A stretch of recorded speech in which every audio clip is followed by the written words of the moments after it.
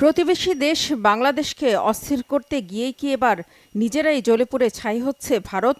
এবার কি ভারত হারাতে বসেছে নিজেদের গুরুত্বপূর্ণ অঞ্চল সেভেন সিস্টার্স? সেখানকার ৭ রাজ্য কি ভারতের সাথে থাকবে নাকি আলাদা হবে? এত ড্রোন কোথায় পেল মণিপুরের বিদ্রোহীরা? গেল শুক্রবার থেকে নতুন করে আবারও দেশটি মণিপুর রাজ্যে সহিংসতা, হত্যার হামলা শুরুর পর থেকে উঠেছে এমন প্রশ্ন। বিশ্লেষকরা বলছেন, ভারতের অভ্যন্তরীণ সংঘাতের ইতিহাসে এর আগে কখনো এত ব্যাপক পরিমাণে ড্রোন হামলা চালায়নি কোনো বিদ্রোহী গোষ্ঠী। রাষ্ট্রের বিরুদ্ধে এতটা জ্বলে ওঠেনি কখনোই।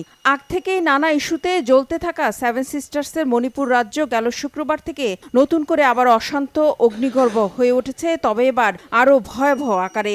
রকেট, ড্রোন আর গ্রেনেড দিয়ে বিভিন্ন জায়গায় হামলা চালিয়েছে কুকি বিদ্রোহীরা। রকেট দিয়ে এর আগে হামলা হলেও এত ড্রোন হামলা এর আগে কখনো হয়নি। শনিবার মণিপুর